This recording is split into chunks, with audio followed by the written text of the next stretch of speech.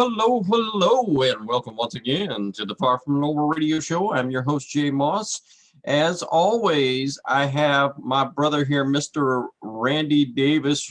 Mr. Rev it up, Randy Davis, excuse me. Yes, rev it up, and we are ready to rev it up tonight with Big Joe. And I believe this is going to be a very inspirational type of show, a different show for a good change for us, and I'm looking forward to it. Absolutely. And I'm going to bring in Joe here. So, Joe, if you can turn on your camera and your microphone real quick for us. And as soon as he does that here, Joe has written a book.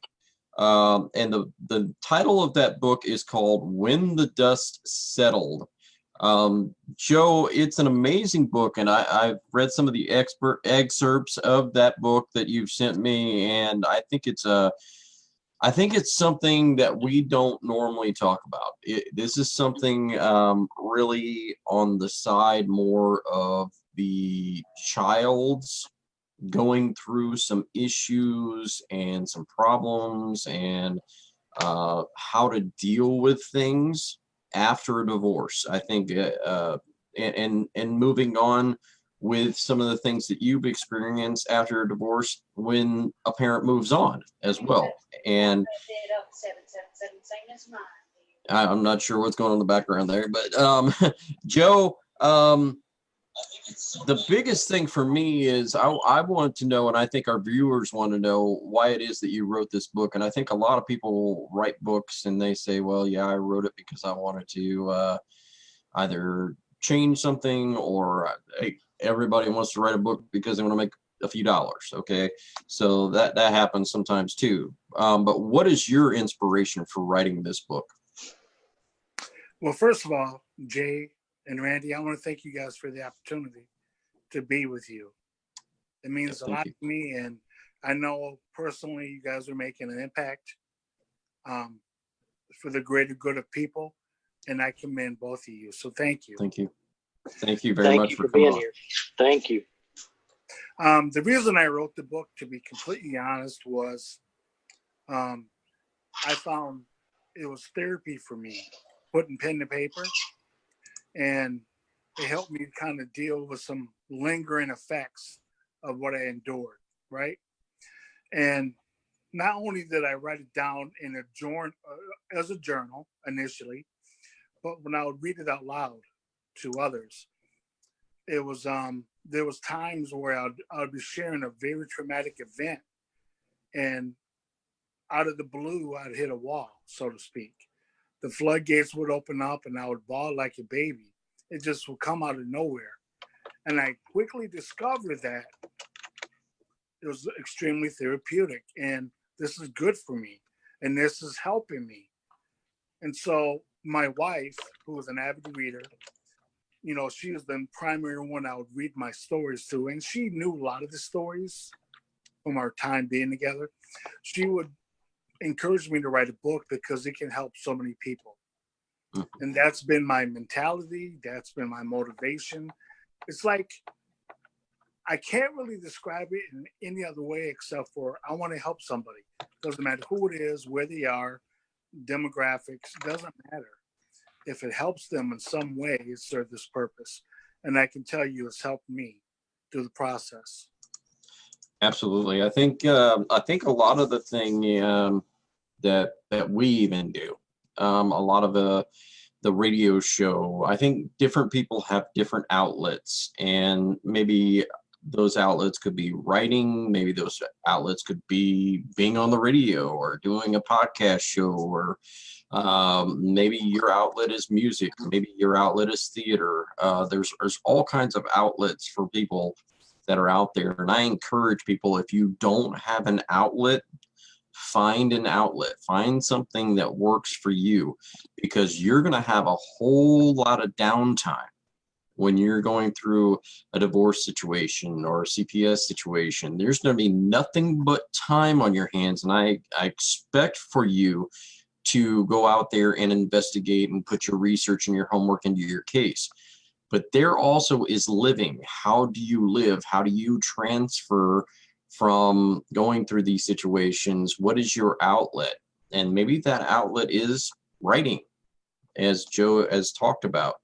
The biggest thing for me on reading this book, Joe, is some of the excerpts that you talk about that have to do with being left out as a child.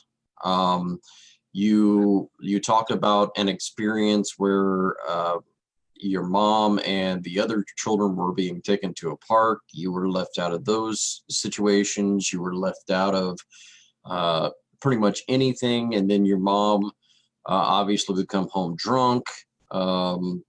You've had all kinds of issues with a stepfather. Can you lead us through a little bit of that and what you've dealt with as a child, and also tell us about what it was like putting this down on paper and having to relive those memories again? Certainly, sir. So when my father left, we were only a family of 3 when he actually 4. I had an infant brother, and we were really poor, but I felt like I was loved, from what I remember being a very young child. And when he decided to leave, I did not understand that. And this new man was on the scene immediately. And unlike my father, he didn't work. He drank to excess. He was a bully on the block. And he began to beat my mother. He was 6'5", 350. My mom's only 4'11". They would get drunk and high, and he would beat her. And she, in turn, would beat me and my sister because it was our fault. It was our fault he was beating her. And the reason he was beating her, in her mind, was because we were that reminder of my dad. You see, my stepfather befriended my father to get access to my mom. Obviously, I didn't know that. My sister did not know that. But that's what it was. And so I was a daily reminder of my dad. I looked like him. I talked like him. I acted like him. And so my mother was pregnant with my brother Greg as she was enduring all these beatings and whatnot. And we had an infant brother, Marty. But in spite of all that, she had 2 sons to my stepfather. And we were living in the projects, extremely poor. He didn't work, but he certainly manipulated the system and took advantage of whatever he could in order to get his way. And she began to have opportunities to work second shift, sometimes third. And he would put us in the basement locked away, right? Hmm. And you mentioned the story about they went to the park without me. That was sometime later. We moved out of the projects, and I was at my wit's end. I had a paper route that I got tired of him taking my money, so I quit the paper route. He put a gun on me and pulled the trigger. I instantly peed my pants and, fear of my life as I ran down the stairs. Shortly thereafter, they went to the park, and I said, I've had enough. You see, there's an epidemic in our country called suicide. And at this point in my life, I had 1 sister and 4 brothers. I decided I had enough. My dad is obviously not going to come rescue us. For years, I would dream I could fly, and I would fly to be with him. Or he'll be the guy around the next corner, like the superhero, like the Lone Ranger or Superman, beat up the bad guy and bring us all back together as a family. I decided when they went to the park on that particular situation, I'm going to look for this gun, this 38 caliber. I'm going to blow my brains out. Why? Because I was fed up. Well, I didn't find that gun. And moments later, I believe God was telling me, you need to be there for your sister and brothers. And was from that point on, I was still in grade school. I made that decision, that conscious decision. I'm going to do what I have to do. They can't kill my spirit. I refuse to let them destroy me. They can keep me locked in the basement. They can treat me like an animal, but they won't get to victory. And that's how it was for nearly 15 years of my life. Wow. So what you experience obviously is, number one, neglect. which is a big, big thing when it comes down to a lot of people in this movement who really are coming into this movement, and they may be or may not be what they claim to be. Some of you out there who are pretending to be something that you're not may have neglected your children. May have. Very well may have. And this is not a condemning show. This is the show where I'm going to tell you, look, you made mistakes. You did something wrong. We got that. We understand that. But acknowledging those mistakes and learning from them and making a change is what this show is all about. Okay? When we're talking about these things, we want you as parents to recognize the things that you may have done wrong. Acknowledge them that, hey, this is a problem and I need to change that problem. Whatever it may be neglect, could be abuse, could be serious abuse. Now, when we're talking about abuse, we're talking about mental abuse on this one as well, because poor Joe here went through the ringer where he had a stepfather who put a gun to his head and tried to pull a trigger. Obviously nothing in the gun, but it was the fear that was installed in Joe to not talk back, to not do certain things, or to do certain things that maybe he didn't want to do. And then not only that, but the fact that he would put a child in a basement and lock the door. A cold, dark basement.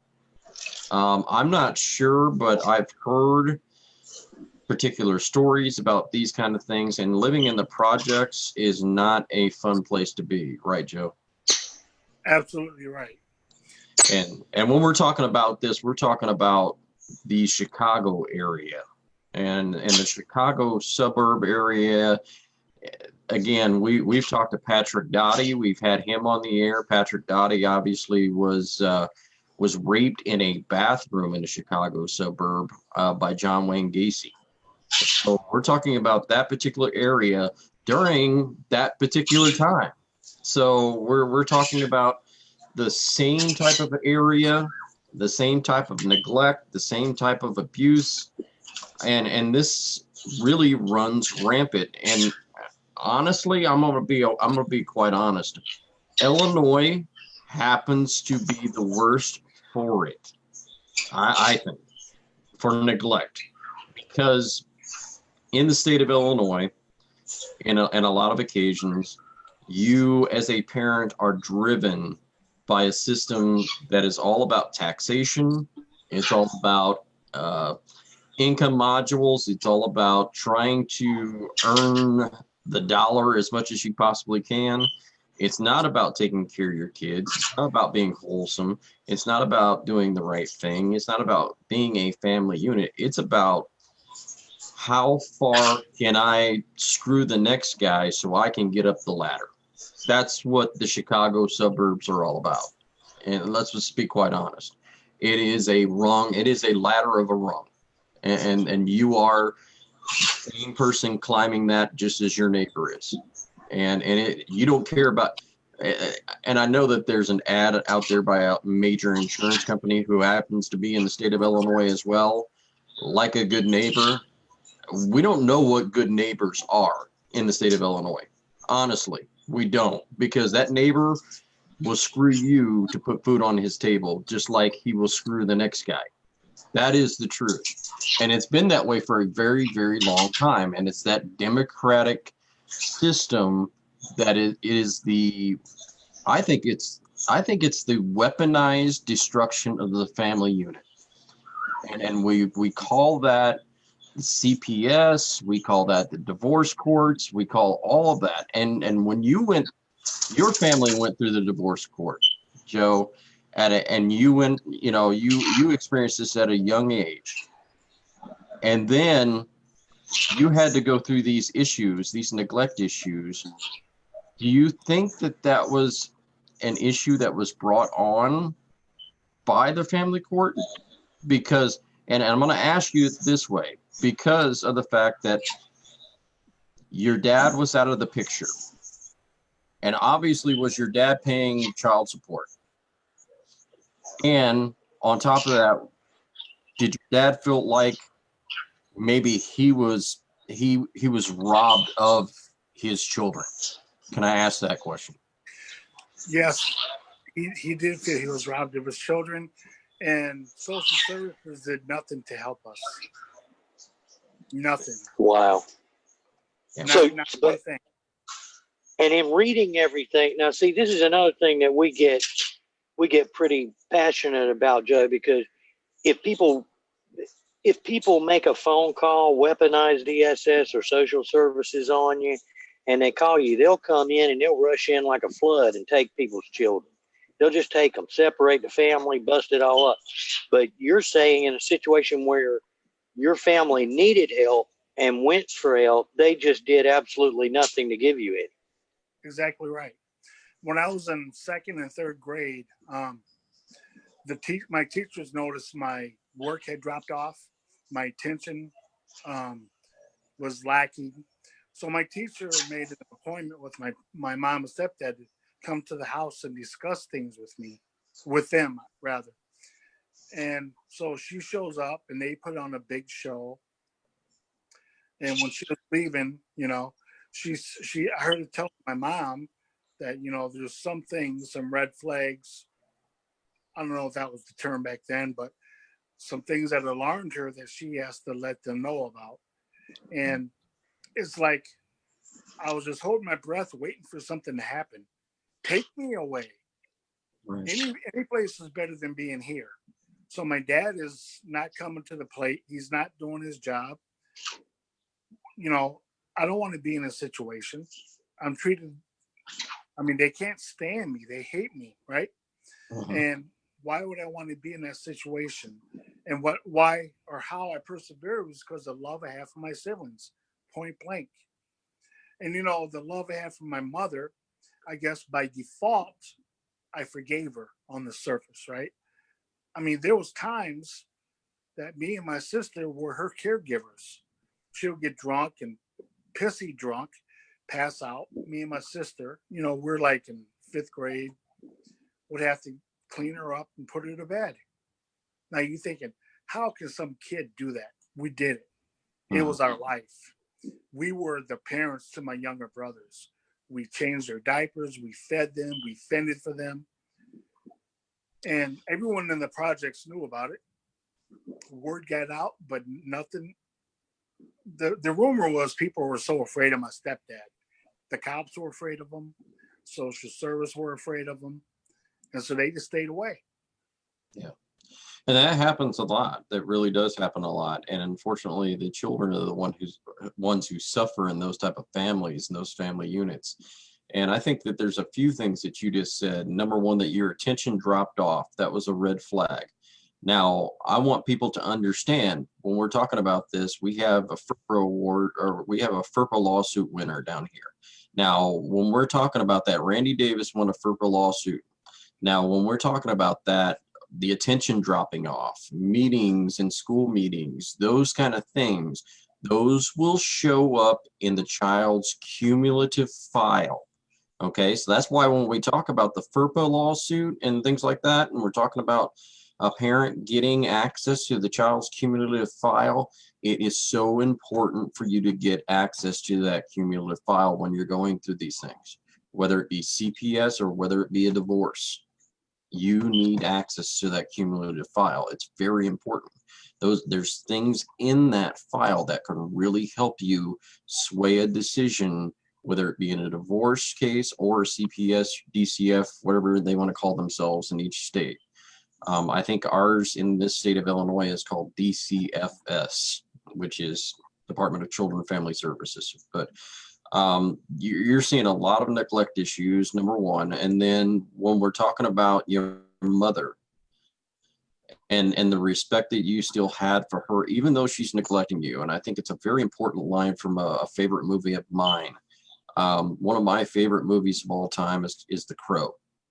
And one of my favorite lines in that movie is mother is the name for God on the lips and hearts of all children. I think that's very, very important and crucial because, look, even if your mother is not there for you, you still respect your mother, okay?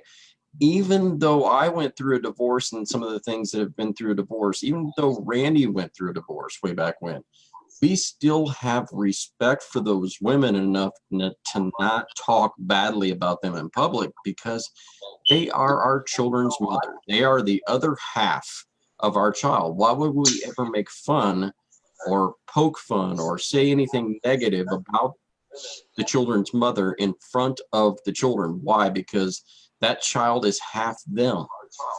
So Right. you can't do that. And I see a lot of people on Facebook who will say some very evil, negative things about their ex. Understand that if your child saw that, they would really feel hurt and neglected and feel like you were talking badly about them. So please don't do that. Please don't do that. But when we're talking about neglect issues that you were speaking about, can you tell us about some more experiences that you had as far as neglect is concerned? Because I think that's crucial in a lot of what the book is about. So basically, before I get to that, you were talking about the court, family court, whatever. We were court ordered to go to therapy. And ironically, it was me and all my siblings, my mom, but never my stepdad. And when we go to these counseling sessions, it still blows me away. There's I can remember 3 times going to this counselor, and all 3 times my mother pointed the finger directly at me and my sister, and it was all our fault. The counselor did not interject. The counselor just let it go, and nothing ever got accomplished. It was such a fiasco. See, we had to grow up so fast, right? I didn't really have a childhood, and you know, you know, fear for my life, and so afraid to go home after school every day because of the bully. And when we did go to counseling, you're afraid to talk because I cried out to help to the school. I cried out for help at the church. I cried out for help with my extended family, and nothing ever happened. Nothing. Do you think, Joe, do you believe that they didn't believe you or that they just didn't want to get involved? They don't want to get involved, and I'm going to tell you why. Growing up in the 70s, let's face the facts. In the 70s, a white woman being with a black man was really not looked upon as being a good thing. That's just the facts, right? Right. My mother and father are from Iowa, and their families are extremely racist. So they treated us much differently than the rest of the family. And the fact that I had my 2 youngest brothers are biracial, we were just treated like dirt, right? And they don't want to deal with it because of him primarily. So going back to the neglect question, we typically didn't have any food. We had like fried bologna sandwiches, sugar sandwiches, powdered milk, government cheese. A typical day, to give you an example, when I get home from school, my stepfather would be there, my mom would be at work. He would allow us to grab a pack or 2 of saltine crackers and some water, and he would send us down to the basement where he would lock us down there. And 2 or 3 times a week, while locked in the basement, he would leave for hours on end, leaving us locked in the basement. No way of ever getting out in case there was a fire or an emergency. And it was just, I think we all suffer from Stockholm syndrome. I mean, my younger brothers didn't know anything other than that, right? But me and my sister did. Wow. And Joe, look, there's a lot of people commenting in here. And here's the thing, I got to tell you, this is something I wouldn't know about. I grew up in a family where everybody loved me. nobody did anything like this to any of us. So for me to see it is new. I have no way of knowing how that feels. I can't say, oh, I understand how you feel, because I don't. I really don't. So but you have other people on here that are saying, Missy says she was considered a bad kid because she ran away, and she ran away a lot apparently, and that nobody wanted to get involved. Around here, people would have got involved if I'd have had a parent doing something like that to me. But we're in the country. We're not in, an urban environment like you grew up in. And if you got a bad name as a family here, it was like total destruction to your family. Everybody would shun you and everything else. So people stayed in line a lot because of that. And in the same, Missy identifies with what you said. She says her mother's family hates her because she looked like her father. Just because she favored her father, that small of a thing would happen. But telling about all of this stuff and being locked in basements, being given basically rations to eat, and then taking care of your parent. You're a child being forced into a parental role, a caregiver role at such a young age. You're in fifth grade, and yet you're a caregiver for an adult. That takes away and robs every single thing that you could have been doing, playing ball at the sand lot, playing not video games back then, but pinball or marbles, whatever, or just hanging out with your buddies. That took that away. Was there any kind of normalcy at all whenever you were in that situation, or was it pretty much only being locked in the basement, going to school, and caregiving? I mean, I had a small number of friends, and I was allowed to be involved with like an after school program at the local church. And in third grade, I got my first job because I wanted to help.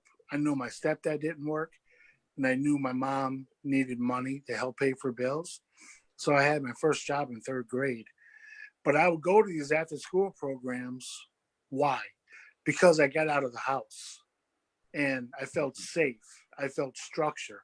So between church and school, those were my outs. Those were my outlets. And I never wanted to leave. Yeah. Right.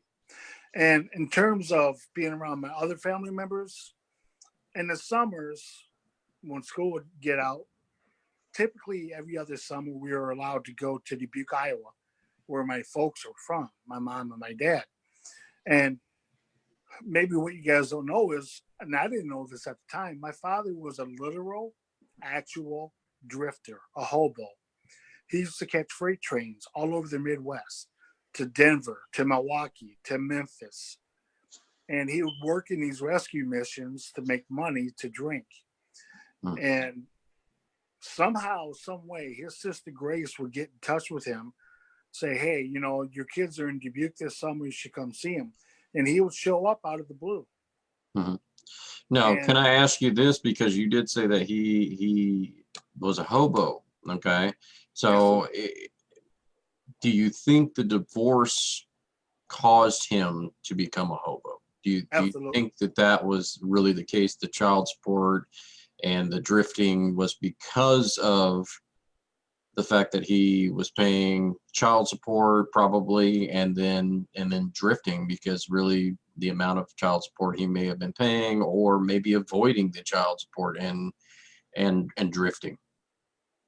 Absolutely, positively. Which probably led to the drinking as well. Yes. And I don't recall him ever paying child support. Okay. And I don't believe he had the coping skills to deal with what he was dealt, so to speak, right? Okay. He wasn't getting the help he needed either from the courts. Right. And so he was devastated. Yeah. And so I felt normal during those times when I got to spend time with my dad's and his family, my grandparents, my paternal grandparents. And on my mother's side of the family, I have some very, very loving aunts and uncles, cousins, and I love them to death. And I would spend time with them too over the years. But it was when I had to go back to Rockford. You know, undoubtedly, being a little kid, I would spill the beans. There was an unwritten rule. You don't put our business in the streets. You don't tell your family that, you know, how you're being treated at home. Because if you do, you're going to face the consequences. Well, when I got around my dad and my grandparents and my aunts and uncles, I spilled the beans because I was screaming for help, asking for help. And, you know, I didn't get that help. But by the time I got home, I got the life beat out of me. Yeah, for talking. Oh, Yeah, exactly. yeah, and I think that's a lot of what people may not know. In different areas of the country, when it comes down to family issues, different places within the country, especially within the Bible Belt. You know, the what they call the Bible Belt, the Midwest, the what they call you've got Indiana, Missouri, Kentucky, Tennessee, that whole area right there. When you're talking about family issues, what happens in the family stays in the family, and if it comes out of the family, your butt's coming out of the family. Yeah. A lot of the times, and you know, it's unfortunate, but especially in the 70s, it was a lot like that. The 80s was a lot like that as well. So yeah, I can kind of really sympathize with what you were going on with that. My question on this one though is, as far as the book, when it came out, and maybe your family and some of the things, what are some of the positive and the negative feedback that you've gotten from this book when the dust settled? Interesting question. So when the book came out 2 years ago this month, and a lot of my aunts and uncles on both sides of the family were intrigued to the point that, you know, they wanted the book. So they purchased the book and they read it, and they all loved it. And they realized things were bad, but they didn't realize they were that bad, that they were that traumatic. You mentioned before about back in the 70s, John Gacy. John Wayne Gacy, yeah, John Wayne Gacy, and we had Patrick Dottie on. Patrick was in a suburb of Chicago as well, and he was raped in the bathroom by John Wayne Gacy. Unfortunately, or fortunately for him, he made it out alive, but many other kids did not. Well, the reason I asked about that is because when John Gacy committed all those murders, you know, a year or two later, my extended family's like, we were worried that it might have been you guys. I'm like, really? If you Wow. were freaking worried, why didn't you step to the plate and do something Exactly. instead of running your mouth, you know? Mm-hmm. So I lost my train of thought. You were asking the Oh question. yeah, asking about positive and negative feedback that you've got. Okay. Yeah. So all the feedback I've gotten so far from family and people that like leave reviews on Amazon or Facebook have been productive, have been encouraging, and I get the sense that the book is helping a lot of people. In fact, I gave my mother a book, and some people question that, like my brother-in-law. Why would you give her a book? Why wouldn't I not give her a book? I have nothing to hide. Yeah. Right. You know, I'm at peace with everything. And I just want this. Listen, although the book talks about what I went through, my abuse, the abuse of my siblings, that's not the bigger message of the book. The bigger message of the book is trying to inspire people that have been through a similar situation to rise above whatever it is that held them back. Whatever their circumstances were, does not have to be their conclusion. And for an example, 15 years of my life was pure hell. And when we eventually left my stepfather, I thought, oh, finally, things are going to be perfect. My dad will come back. My mom's going to be the saint, the angel. She was worse than my stepfather.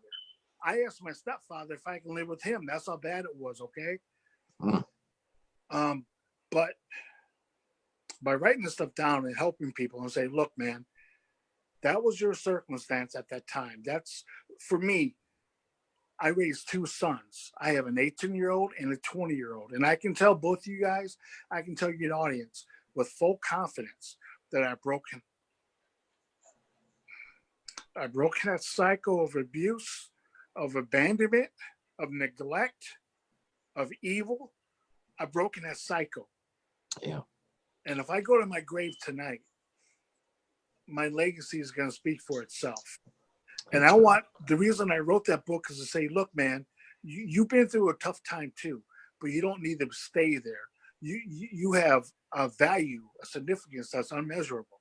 In spite of the fact that your parents and your mom or your dad said you're garbage, you're a piece of crap, you're nothing, you're never going to be nothing, you're the scum of the earth, don't believe the lie. Yeah. Absolutely. And you bring up a good point, Joe, that I think about a lot. And a lot of people will use their past to determine their future. In other words, they'll say, well, I'm doing it because it happened to me, or I was abused as a child, or quote unquote, hurt people. So they'll use their past as a crutch to do drugs or to go off the edge or to treat their children as bad or worse than they were treated as a child, or to, destroy families like their family was destroyed. But you didn't. You made a conscious decision, because I see a lot of times kids that I grew up with that were from the very best of families. They had every opportunity. They had every single luxury of life. And then the kids end up making meth, being strung out, tearing their lives all to pieces. And then other kids that grew up like you did, and they were poor, and they were, a lot of them mistreated. A lot of them were not mistreated, but a lot that were mistreated. But then they turn out to be even more caring and loving than the people who grew up in a great environment. So what do you think it was with you that makes the difference, so that Joe Potosi is not being the same as he was raised up, but he's going the opposite direction, and as you say, breaking the cycle? What made it different for you? Very good question. First of all, I want to say all three of my parents, my mom, my dad, my stepdad, all had extremely difficult adolescence, right? Upbringings. But that did not give them the right to pass on what they were taught or what they decided to do. For me, I'm going to be completely honest with you guys. I didn't want kids for a long time because of this thing. It's called learned behavior. I was so afraid of having kids. In fact, out of 6 of us kids, 1 sister, 4 brothers, I was the last one to have kids. I'm the oldest boy. I just felt like I made a conscious choice that I'm going to give them everything I don't have. And I might be poor, I might be rich, that's irrelevant, but I'm going to give them love. I'm going to think through all my decisions, because it was always in the back of my mind when it came time to discipline my children, how to go about it. You don't discipline your kids when you're mad. You don't just wail on them because they ticked you off. There's a process I had to work through, right? Mm-hmm. And it's because I don't want my kids to go through life cowering around me or cowering around others, having low self-worth, low self-confidence, no self-esteem. You understand? And I don't know, I didn't have a role model, as we discussed. Mm-hmm. I didn't have a positive role model to look up to that kind of show me the ropes. So, I prayed a lot, to be completely honest. And I believe God, through the power of the Holy Spirit, led, guided, and directed me. That's my best answer, because I so wanted my kids to be, normal, healthy kids. Yeah. I don't know. Does that make sense? Yeah. It does. Yeah, I think it makes a whole lot of sense, and I think it's one thing. Okay, well, when your child is maybe not minding, maybe not doing what you ask, or maybe doing something that could cause them harm or whatever, and you told them not to, and you told them not to, and you told them not to, and then it's easy for you to go, oh, I'm going to strike out and spank them in anger or whatever it may be. It's very easy for you to do that, and it's very hard to break the cycle when then that was done to you, and then that was what you think, oh, hey, well, my parents discipline me this way, so I should discipline my kid that way. No, you got to break the cycle and understand that, hey, stop, take 10 seconds to think about what you're doing, because you want your children to grow up knowing right from wrong, but not knowing right from wrong out of a fear from you, but an understanding of what is right and wrong. And I think that's right. I think it's a good thing to do. And I want to ask you, because you've been through these neglect and abuse issues so much. What is it that maybe some of our mental health professionals that are out there, maybe our educators, maybe our legislators, maybe some of the people within our churches, what are some of the signs that they should look for if they see a child that may have or may be experiencing neglect or abuse type issues? What are some of those signals? An individual, a child, or children that have become withdrawn. Hello? Yeah, they're still here. Okay. Maybe withdrawn or kind of become very introverted. I've seen kids. I've worked in a public school system here, and I worked with behavior kids. And ironically, all these behavior kids come from single parent homes where there's a lot of issues going on. They like to hurt themselves. They like to lash out toward other kids on the drop of a hat. They just go crazy. Nonverbal communication, like they just kind of shut down, right? That's what I've observed, and that's what, the kids I've worked with, that's what I have taken in. Yeah. And good. I think we need to be, as Sunday school teachers, whatever, we need to be receptive. We need to have our head on a swivel, have that sixth sense, so to speak, and if a kid says something to you out of, it's kind of random and, out of place, there's something to that. That kid might be crying out for help. It wasn't just a coincidence, because I think that's what happens. I think a lot of adults think, they're kind of lackadaisical and just, it ain't my kid. It's not my problem or whatever. And that's just the way the kid is. Really? That's your attitude? That's just the way the kid is? Yeah. I think we need to just be more in tune to what makes them tick. And when something is off, we need to investigate. Hey, listen, as a mandatory reporter, it isn't a popular thing to have to turn somebody in because you feel that their parents are, harming this kid. But that's what you have to do. Yeah. Those kids are our future. And to just ignore it and to just shrug it off, it'll be better tomorrow. Yeah. The kid was just having a bad day. The kid was making up a lie. You always have to take what the kids say to heart. Yeah. Right? I think you do. I think that's very good advice. I think that if you are a mandated reporter, say if you are a educator, you are a teacher, you are a therapist, you are a social worker, you are a psychiatrist, whatever it may be, you are a mandated reporter. You should be paying attention to what those children are saying. And you should be paying attention to what the parents are saying too. But I think that you've got to pay attention to what those children are saying.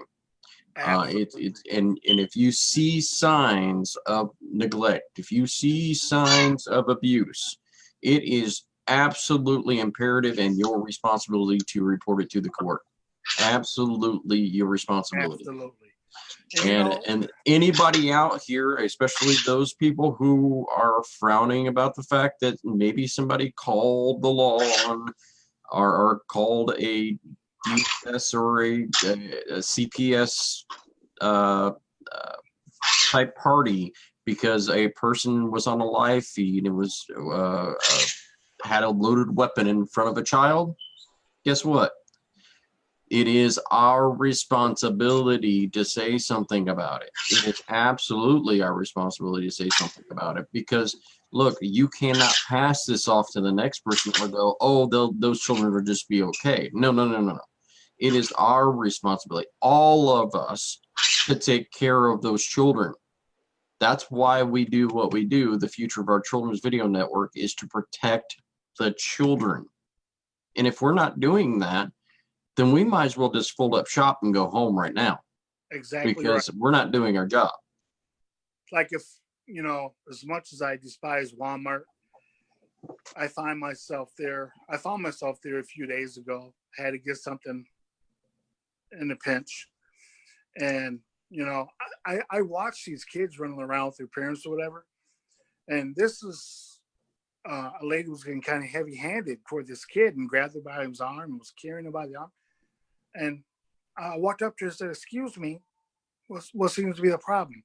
Oh, this is my child, mind your business. I said, okay, that's your child. I acknowledge that, but that's no way to treat your child.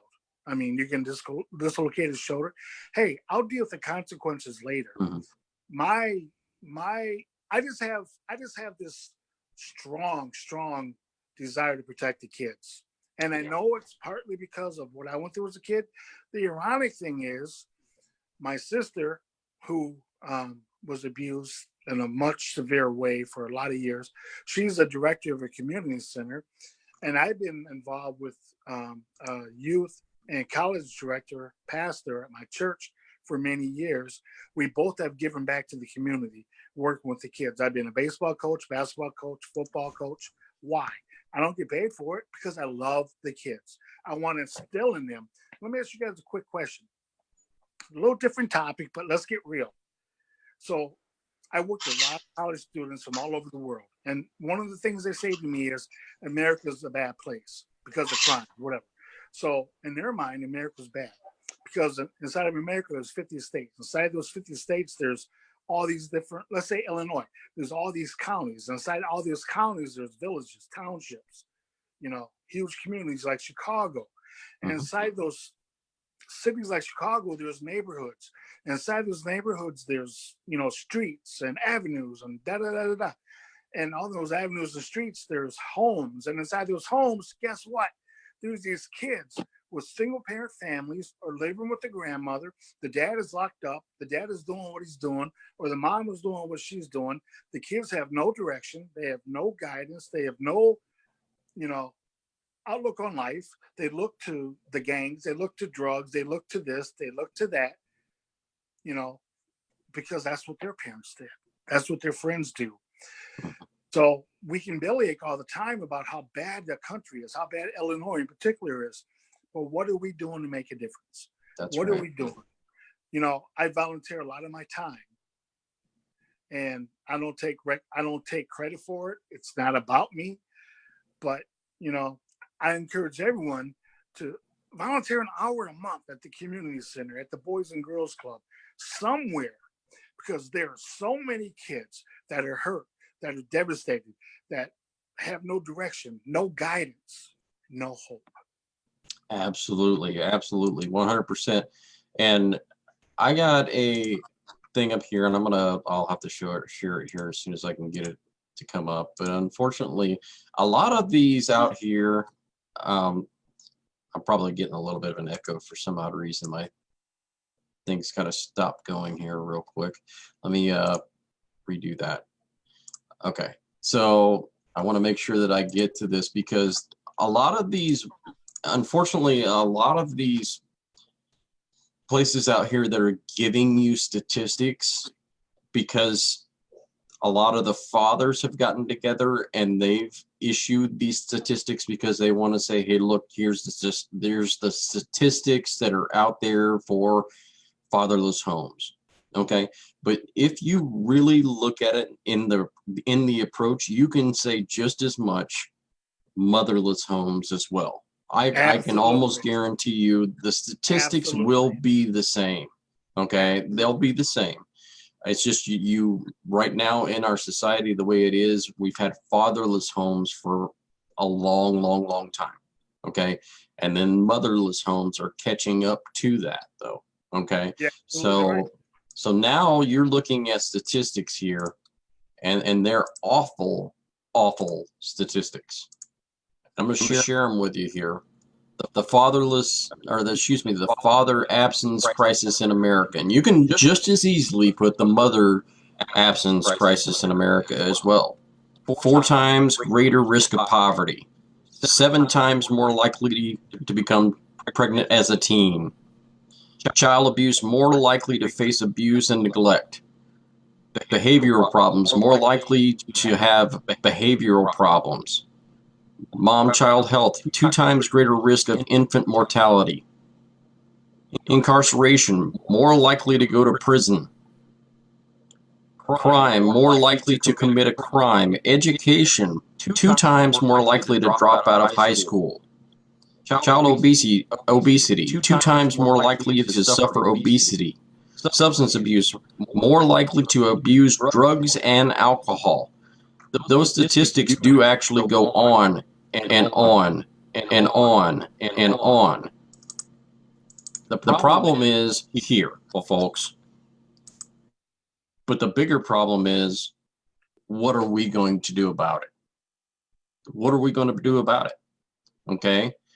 We are trying to make a change. How are we trying to make a change? We're trying to go to legislators and say, look, we have a problem. The statistics don't lie. There's a problem.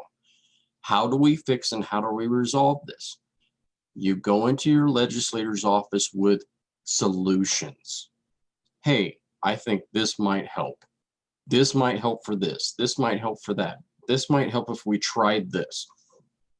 Give it an option. Give them opportunities. Give them options when you walk in. Hey, here's solution A, solution B, solution C, solution D. Here's some things that might help. Okay. But the biggest thing that I say is the funding. We cut off the funding that goes to these things, and you're never going to cut it all off. Okay. How do we cut off the funding? Okay. How do we do that? We do like a lot of them did with Title 4E. We walk in and we say, hey, look, if they do A, B, C, and D, and E, they get the federal funding. But if they don't do A, B, C, D, and E, they don't get the federal funding. And that's how that works. We make them carry out a criteria that works that they're probably never going to do in the states, which is going to eventually cut off the funding. Okay. But those are the things, solution-based and solution-oriented, when you walk into your legislators and you ask them, hey, look, here's a problem, but here's a solution to that problem. Joe, and I think for you being and speaking out, I think that this might be a forte for you to go into your legislator's office and talk about child neglect, child abuse, and how these things really could be affected if the right solutions were in place to stop these things from happening. Absolutely. Very good point. And Joe, let me ask you something. You brought up a point earlier, and it touched base with a couple on here, Pamela and with Missy. But you know, some of them, they ran away. They ran away a lot because they were trying to get away from it. You most likely, you said you protected your siblings, so you stayed put instead of running away, or else you would have left them in harm's way.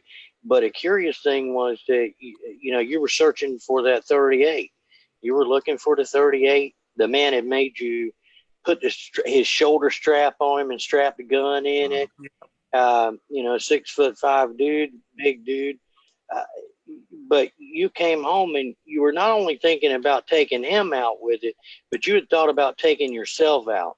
And that's something that I have no idea to handle But we run into a lot of people because their children are taken, or they're bullied, or the court has bullied them into a situation, or they're just facing nightmares like they've never had before, and they think about suicide. And it's something that is rampant in this. It's taken several people out who are caught up in a family court battle, because it's like the monster. You can't fight the normal way. If it were Al Qaeda coming to your door, you could shoot at them. You'd be okay shooting at them. But when it's the U.S. government or government officials from your city, state, county, and U.S. government, you can't just shoot at these people. So you have to watch them as they violate you, and then people get beaten down. They get all hyped up about going to a court appearance. They get to a court appearance after waiting several months. They walk in. It's the same thing as happened at the last one, or worse. And then they have to look for it and get all ramped up the next time. And then they're disappointed again. And they begin to go into the down cycle like you talked about earlier.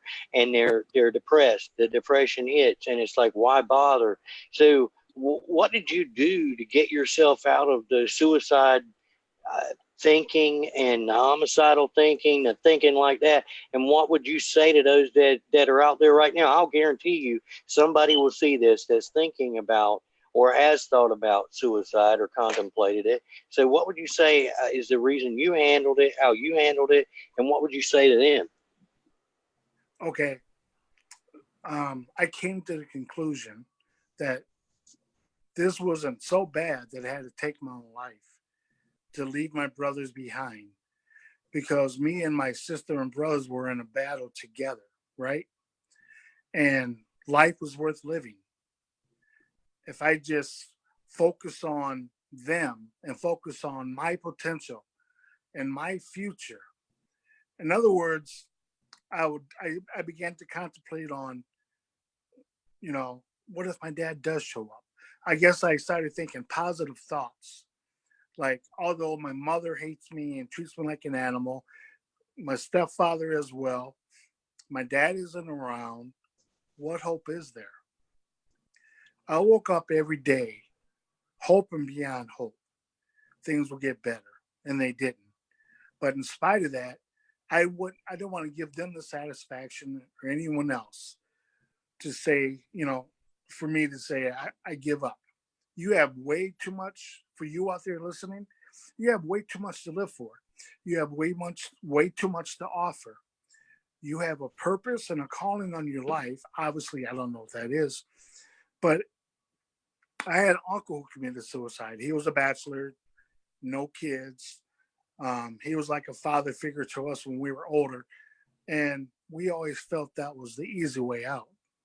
We didn't know what he was dealing with, and he didn't reach out for help. But I want to encourage you, that maybe you out there that may be struggling with these suicidal thoughts, to get the help that you need.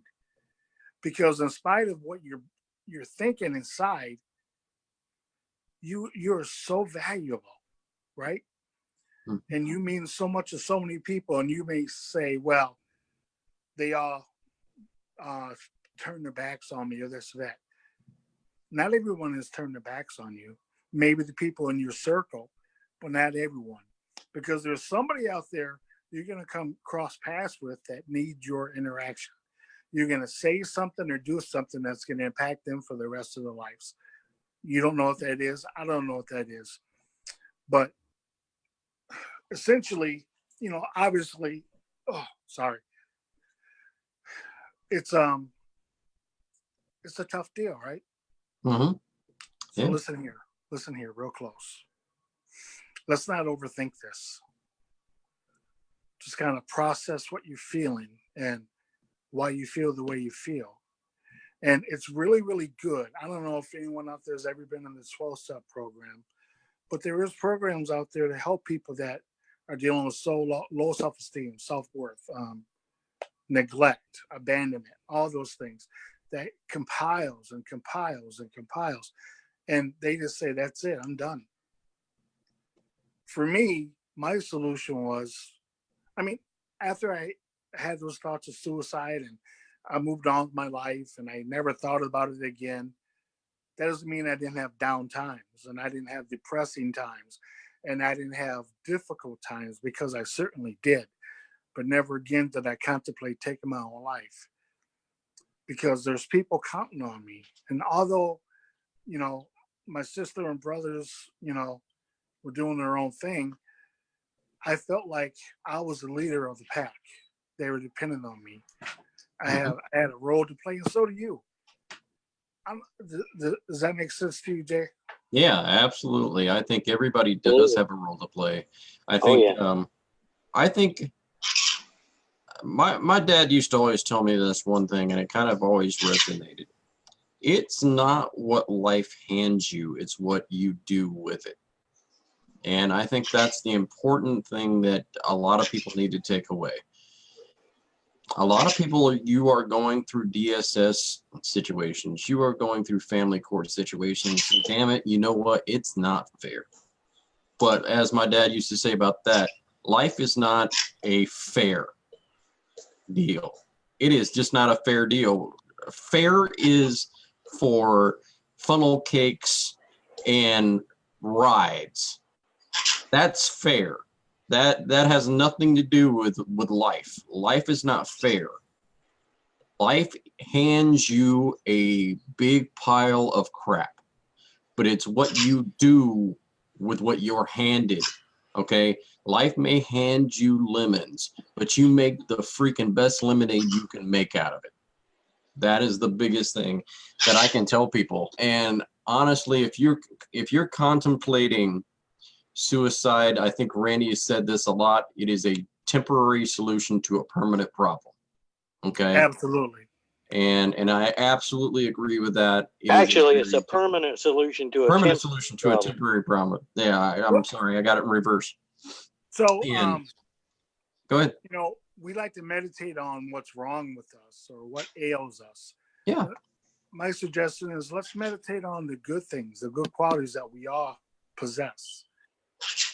Good worker, good spouse, whatever the case is. We focus on the positives and not the negatives.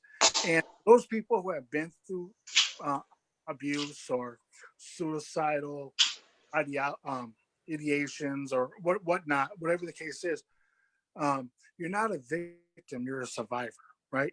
I'm not a victim, I'm a survivor. Yeah, I'm not a absolutely victim. true. I think There's a the other difference. There's a thing, difference. yeah, I think the other thing too that Randy can tell you about, and I've done this over my business career a lot, and I got very, very far in a Fortune 500 company before my disabilities got worse. And I can tell you, I got far in that company by doing one simple thing. I envisioned what I wanted to become. And I sat back and I thought, what steps do I need to take to get from point A to point B? That was it. That's And awesome. there was no thinking about the past, because I can't do anything about the past. The past has gone. I can't change the past. And another thing that I was told, very, very wise mentor, is to only worry about the things that you have control to change. And if you can't change them, stop worrying about them, because you Jay, can't change them. can I mention another thing about this whole thinking differently, like especially if you have these depressed thoughts? Yeah. So, like you mentioned, not looking back but looking ahead. I lost my train of thought. I'm sorry. Go ahead. I'll think of it. I'm sorry. Yeah, that's fine. And going into this whole thing, I think there's a lot of people who sit back and they worry. They worry and they worry. What is the family court going to do? What is the judge going to do? Don't worry about that. What you need to worry about is what am I going to present to the court? How am I going to fight my case? What am I going to do to create a better environment for my children? What is it that I can do?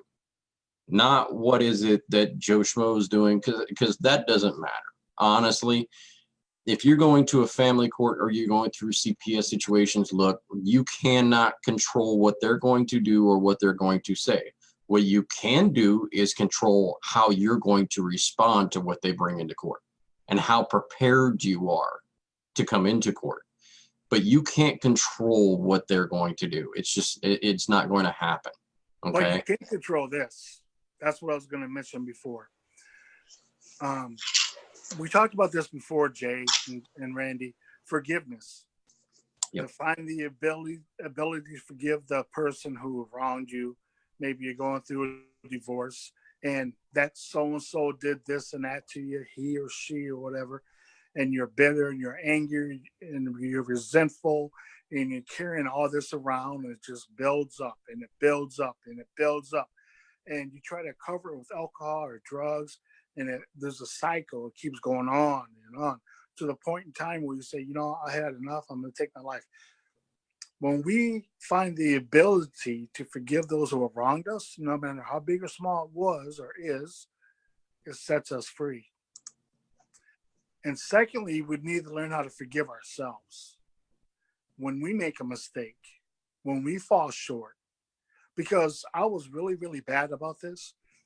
When I would make a mistake, I would beat myself up over and over and over again, even as an adult.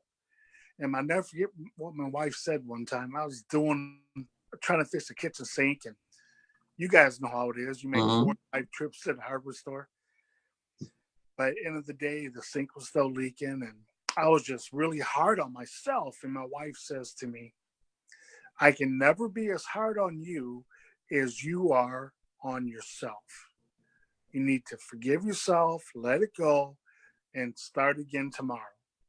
Yeah. So a lot of us, we get real hard on ourselves. We made mistakes. People did stuff to us, and it messes with our psyche. It really, really does. And our mind will play games on us, and it's like, what's the point? Would you agree with that, you guys? Yeah. Yeah, you got your microphone off there, Randy. There you go. Man. There you go. Absolutely there, Joe. And you hit on something, because here's the deal. Now, it hurts when you're young and your parent looks at you and says, you're not going to turn out to be anything. You're going to end up in jail by the time you're 19.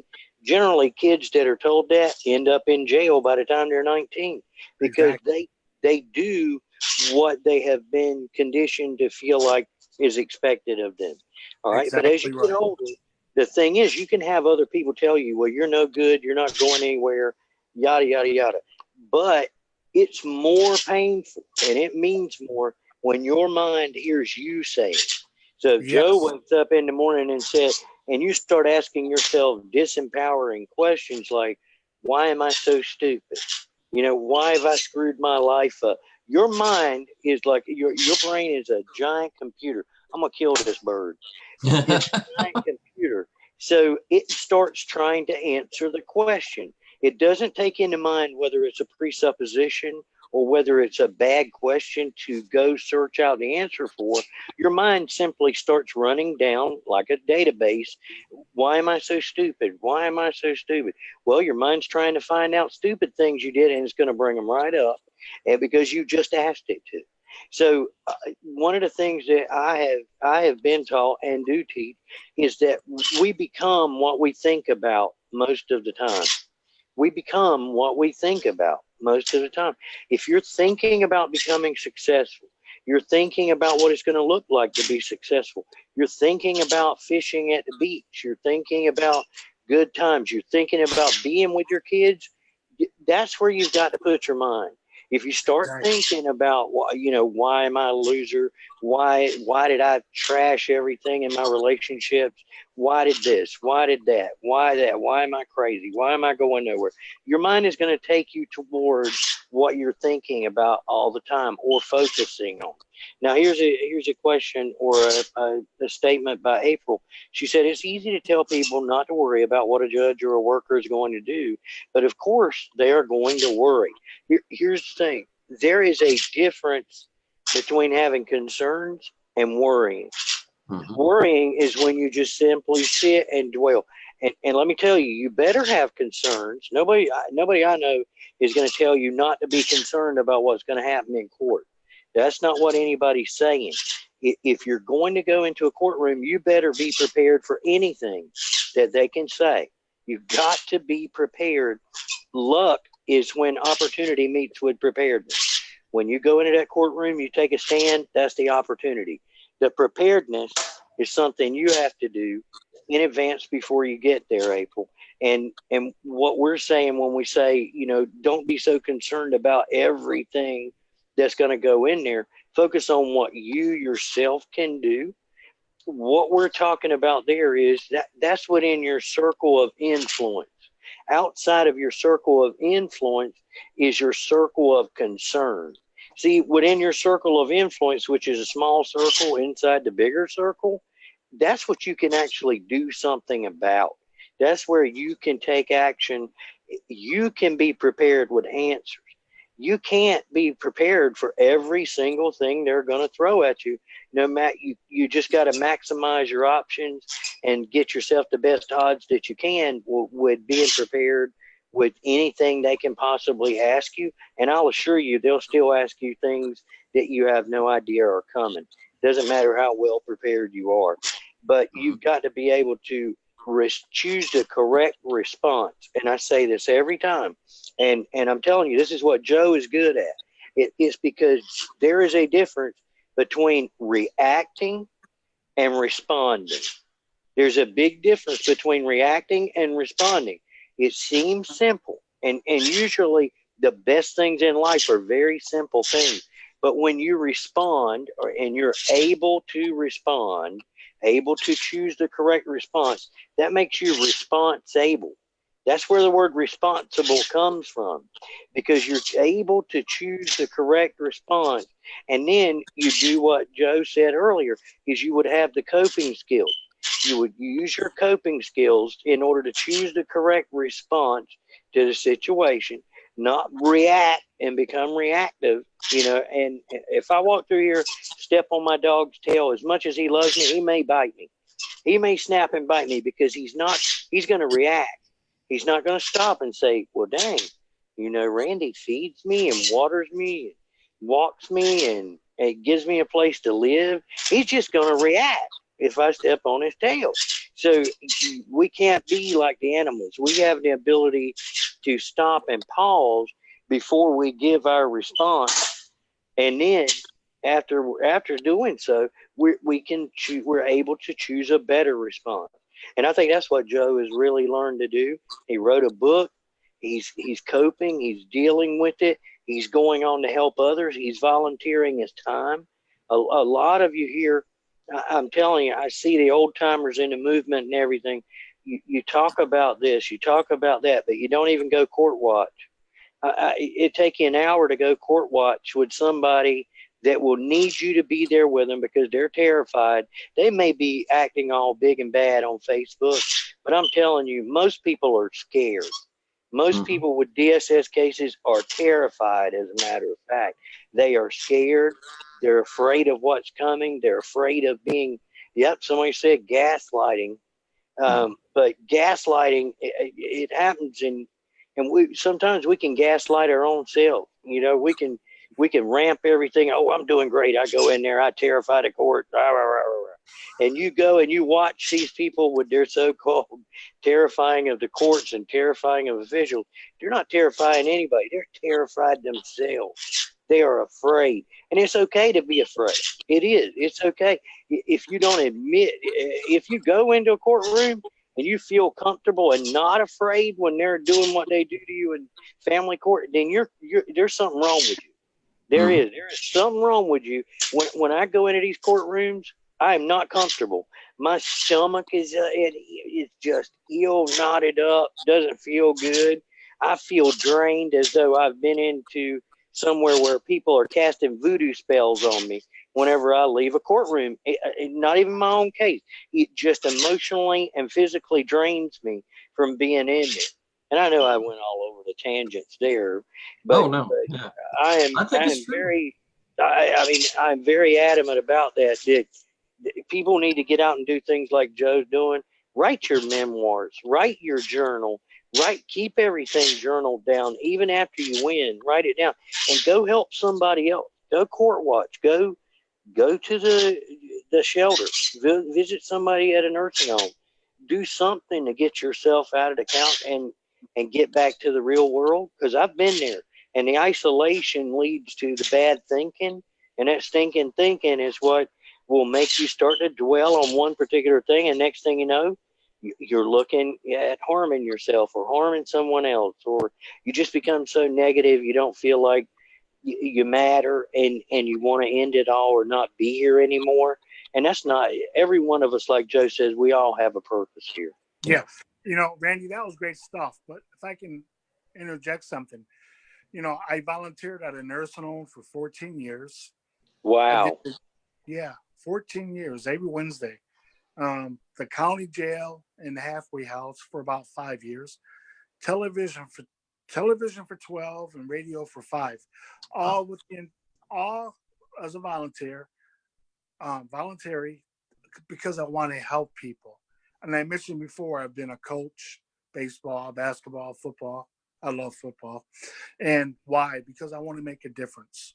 And some people, I've heard this a lot. Some people have done the same types of things and they say, well, I'm done. I've done enough. And the way I feel, I won't have done enough until I'm dead. Yeah. It might slow down, but for me to just ignore this generation that's coming up and to just turn a blind eye to what's really going on in the court system, et cetera, shame on me. Yeah. I think we feel the same way as well. And I think that there's a lot of, and we talked about this last week, Randy and I did, is that we have a lot of the veterans that have been in this movement for a very, very long time.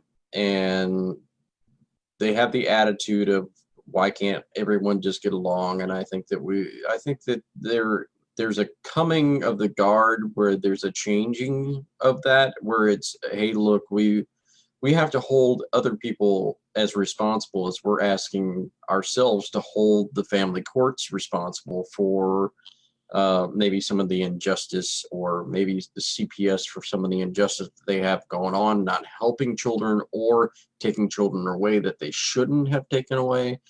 If we're going to hold them responsible, we have to hold ourselves accountable and responsible in this movement as well. And I think there's a changing of that guard. And so we've gotten to the point where we said, hey, we may never change the ideals of some of these older veterans that just want to get along. We might never ever change that.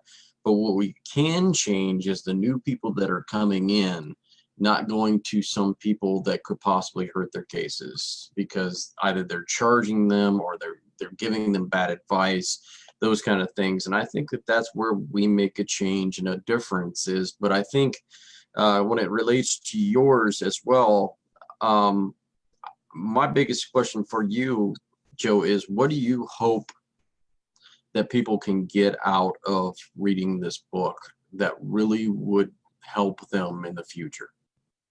The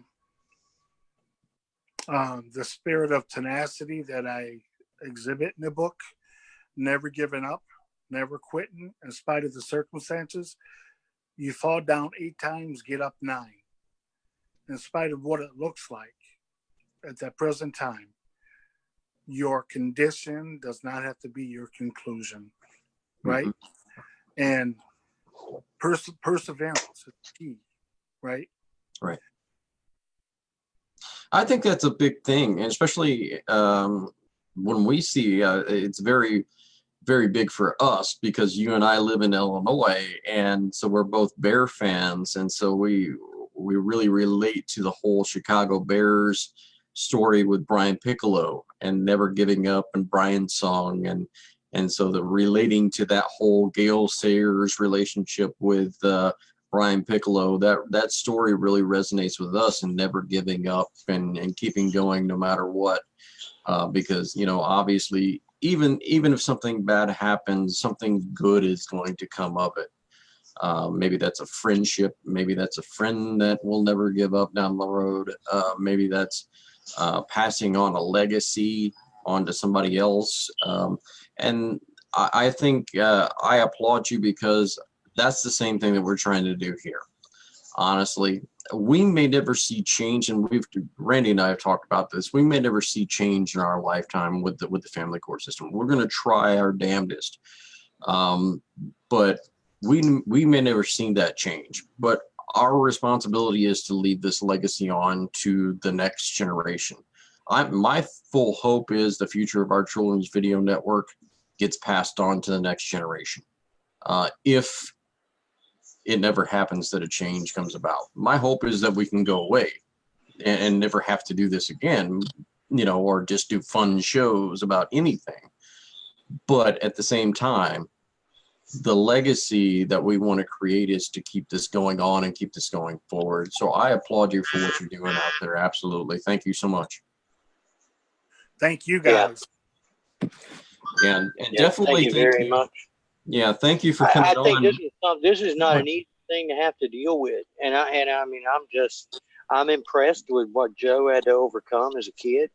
I can tell you, I never had to deal with that, just as I say. But the people that have been on here listening who have, they've raised a lot of good questions. April just raised a question about the numbers or the stats about children and people who have went through the system, people who have went through DSS system, and what are the outcomes. And I can tell you, April, they're awful. They're absolutely awful. If you went through DSS cases or you've been a child in foster care, it is an absolute disaster as far as the numbers and statistics afterward. It's not a pretty sight, dropout rates, everything for foster kids. 85% of the people that are, or the children that are found in prostitution rings and trafficking rings are from foster care. 85%. Now, that's an outrageous, crazy number. And that ought to tell you something's going wrong in these foster homes. Something is going wrong. And it's almost every day now. There used to be a thing, and you may not be that aware of it now, Joe, but there was a thing where you would see it all the time. It's like if you were a foster parent, you just had this halo over your head. It was the same as if you were a firefighter, you were a police officer, you were a judge, you were a social worker. You just got these halos over you, like you can't do wrong. But the stories have started to break now. And as those stories start to break, it paints a very stark picture. And there are people who come in and they get into those positions because they want to be around children, because they are perverted, because they have pedophilia in their heart. And we have watched where some of these pedophiles and so forth have actually been convicted pedophiles, and there's people in our own movement that have been supporting them. And that's something that I could never normalize. I could never get along with it. I'm not going to go along with a pedophile or one who's out here beating women, beating children, beating men, beating each other. You can't go along with this just to get along, just to say we got big numbers. And that's the thing that we've faced recently is sometimes whenever you stand up and you say, you know what, we're going to rock the boat. We're going to tear the boat all to pieces. We're going to shoot holes in the bottom of our own boat if we have to, but we're not going to give a pedophile a ride to the other side. We're not going to take him over there to the island where children are running around on, just in order to be good. If we got to sink our own boat, then let's sink the whole boat. But they're not riding. They're not riding with us. Yeah, that's true. That's true. And I think it's empowering to know that we've got people like you out there who are trying to empower kids and be part of something. And I'm not sure if your camera went off there, Joe, or what there, but we wanted to thank you for coming on for sure. And we wanted to ask you one thing before you leave. And Randy's going to ask you to say something that we told you earlier in the pre-show that we were going to ask you to say for us. And we asked all of our guests to say this. So Randy, go ahead, brother. Yes, buddy. We all, we had Bo Duke, John Schneider on from Dukes of Hazzard. Everybody always said it. So we need you're a man who's overcome. You've built enthusiasm up. You've learned how to overcome anything. So we want to hear you say, rev it up in the most enthusiastic voice you can. Rev it up. You ready? Yeah. Yeah. Rev it up. Yeah. Hey, you might be the winner. That's a good one, man. All Can right. I share this with you guys? This is absolutely. Yes. When the Dust Settled, Joe Potosi. Yeah. And it's on Amazon, Barnes & Noble, and Zulon Press. Also, I have a Facebook page, Joe Potosi, on Facebook or Instagram. Mm-hmm. You guys, Yeah. Very good. you guys have an amazing show. Well, thank you so much. Hey, thank you. And I'm going to show this right before Joe leaves here. This is on Amazon. So you can pick up the book there. When the Dust Settled. Paperback is $14.22. On Kindle, it's $8.99, folks, and that's a pretty doggone good price for a book of this magnitude. And it's got 1, 2, 3, 4, and 4.6 stars out of 5. That's pretty doggone good. So, folks, if you have a few extra bucks or you can spare a few extra bucks, go on out there and support Joe with his book.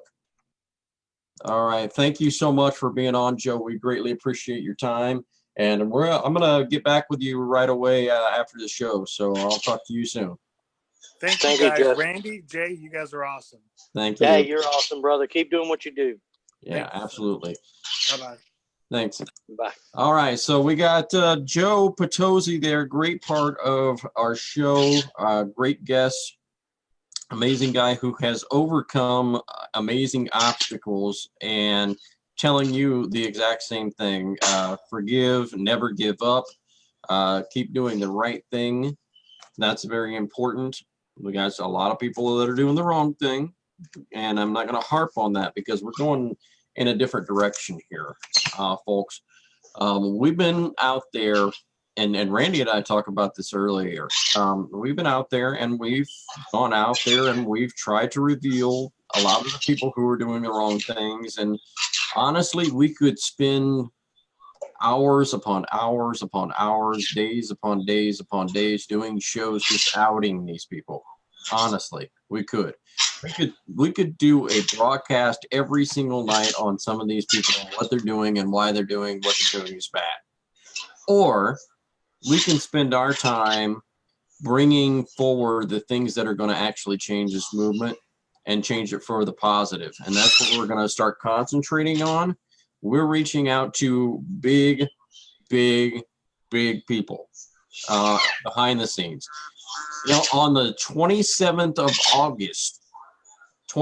of August, you're going to see a award-winning artist by the name of Carrie Kimmel. Carrie Kimmel will be on the Far From Normal radio show on August the 27th, which is a Tuesday night.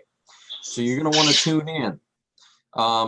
Very, very important. She's been out there. She wrote the opening song for those people who are out there who watched The Walking Dead. Season 3 premiere trailer. She wrote the song to that and produced it and sang it.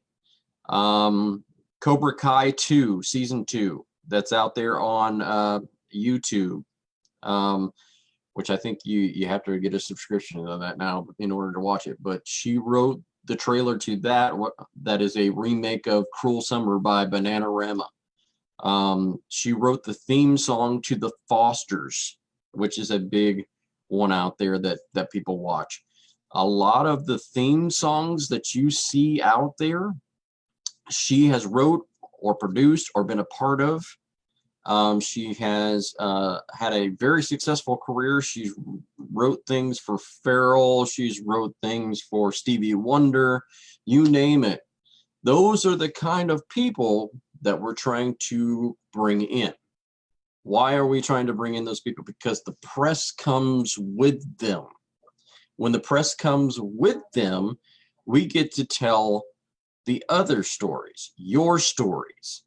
Your stories now are going to be picked up by the press that was covering them because they're watching the Far From Normal radio show or the Watchmen. So that means that we're bringing press in to bring your stories out. That is how you have major success.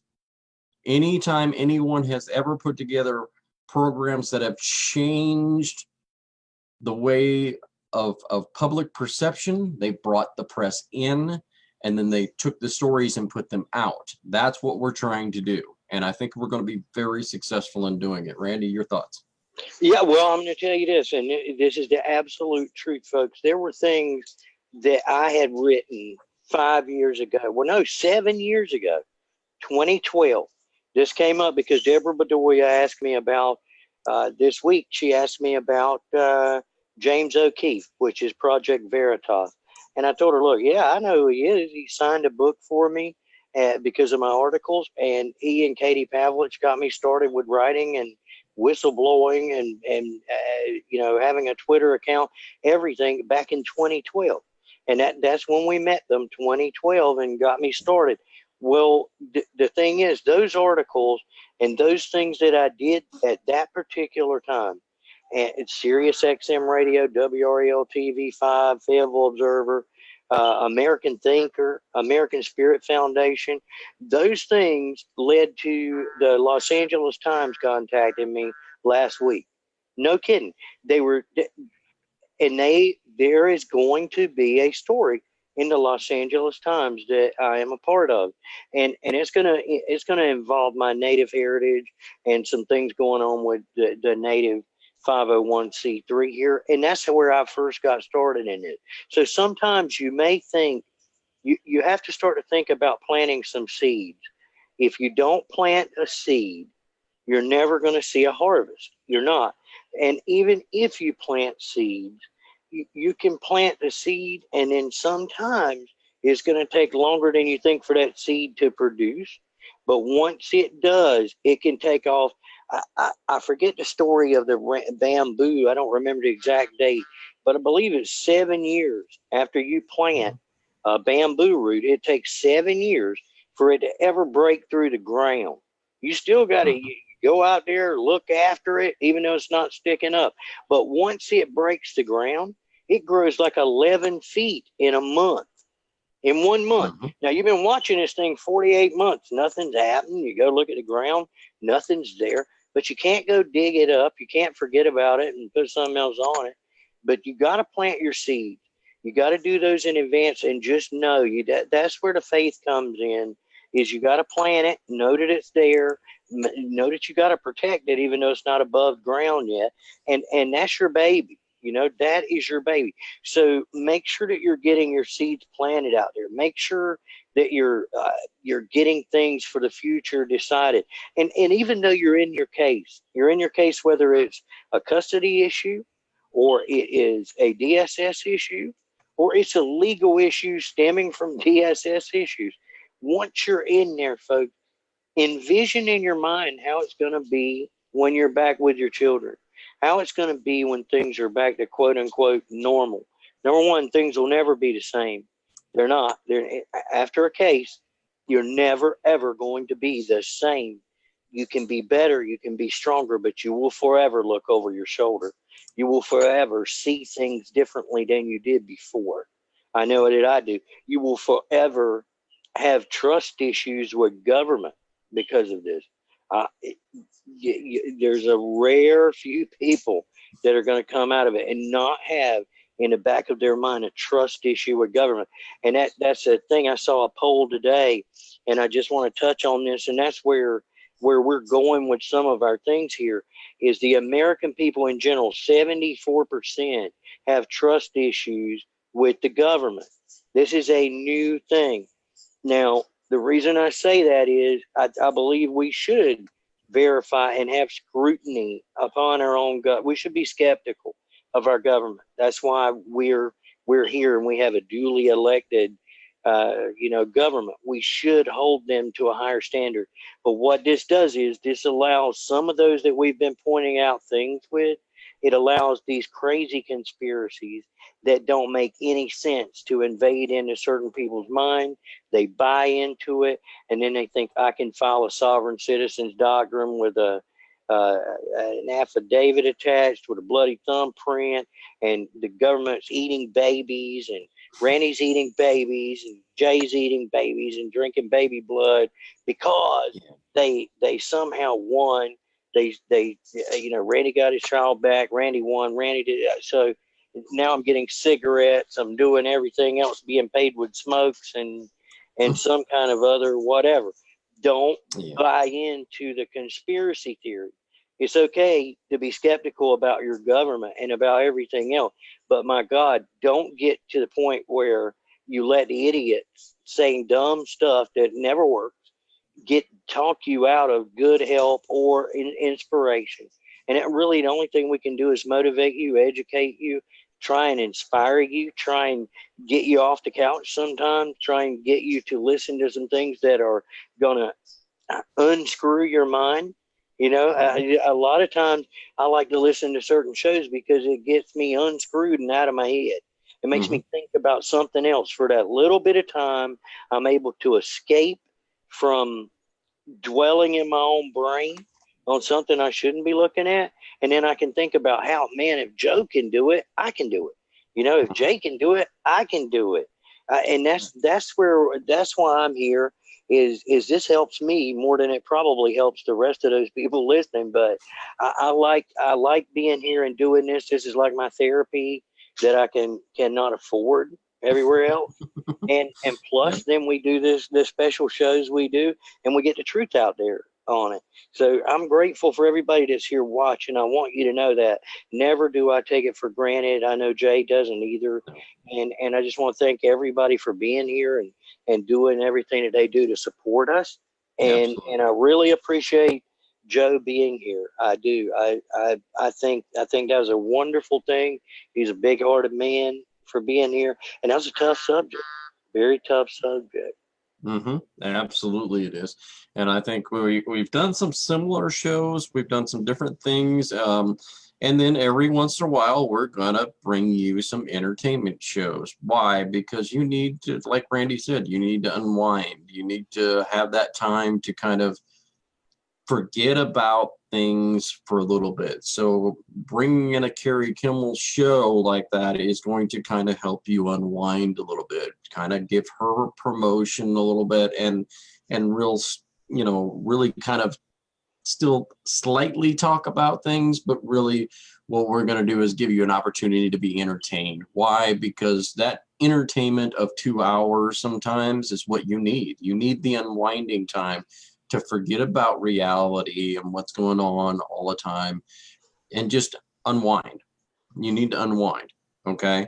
But then there's other things that we're doing behind the scenes as well. Randy talked about the LA Times article for the Croton Indians and some of the things that's going to be behind that. And it's going to be a huge article.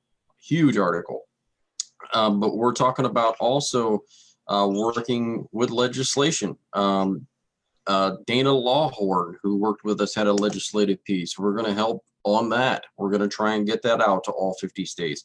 Melissa Foster is also working on some things behind the scenes, and we're going to try and incorporate these things together or maybe separate. And we're going to incorporate some things that even attorneys have told us, hey, look, this might possibly work. We could probably get attorneys and judges to buy into this if we do it this way or we say it this particular way. A lot of things you're going to have issues and you're going to have problems with how things are worded or how they're said that would allow an attorney or a judge to go, I'm not going to even worry about fighting that piece of legislation because it's kind of what we want too. So that's going to be some things that we're working on behind the scenes, and we're going to do all of these things in all 50 states. Why are we going to do this? Because you need them in all 50 states. Look, I can tell you this for a fact. The federal law will say what the federal law is, but the states a lot of the times will ignore what the federal law says. Why? Because they have their own mandates, their own checklists, their own set of priorities. And so passing it in all 50 states now appeals to what they want to do as well. Okay. So if we can concrete the language on what we're talking about particular issues where we say, hey, look, maybe it might be beneficial if you have a family court case, before you go any further in the case, what you probably need to do is you need to have a fitness hearing of both parents. That sounds reasonable, right? Sounds logical. Okay. Maybe in a CPS case, before a child is ever taken out of the home, an attorney should be appointed. That's another thing we've talked about. We're working on. Why? These are things behind the scenes that really could help. majorly held. And so I think, Randy, when we're talking about these things, these are things that people don't even know about that we've discussed and talked about. No, they don't. And the other thing is that, and April brings up a good point here. She's like, even after all these years, she's afraid to go out too hard because of fear of retaliation against her grandchildren. And she says it's hard to get the government to listen when you have so many so-called advocates out here acting like clowns, and they're batshit crazy, and they are. And look, here are the things that we think about. First of all, I agree 100%, April. I really do. And that's what makes me mad, or not mad, but it just peeves me. It makes me very passionate. And I get peeved over that because you have people out here acting stupid, and it makes us all look stupid because we're just, oh yeah, you're one of those. No, not really.